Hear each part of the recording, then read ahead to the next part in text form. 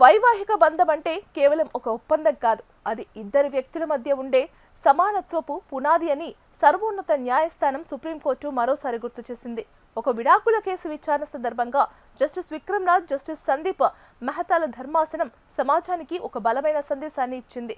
మీరు పెళ్లి చేసుకున్నది మీ జీవితాన్ని పంచుకోవడానికి, అంతేకాని ఇంట్లో పనులు చేసే సేవకురాలిని కాదు అంటూ భర్తలకు చురకలు అంటించింది ధర్మాసనం.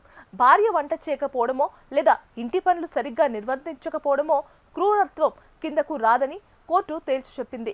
మారుతున్న కాలానికి అనుగుణంగా పురుషుల ఆలోచన ధోరణిలో మార్పు రావాలని, ఇంటి పనుల్లో భార్యకు తోడుగా భర్తలు కూడా బాధ్యత తీసుకోవాలని హితవు పలికింది. ముఖ్యంగా భార్యను ఒక పని మనిషిలా చూడటం మానుకోవాలని, వైవాహిక బంధంలో గౌరవం, భాగస్వామ్యం లేనప్పుడు ఆ బంధం నిలబడదని కోర్టు అభిప్రాయపడింది.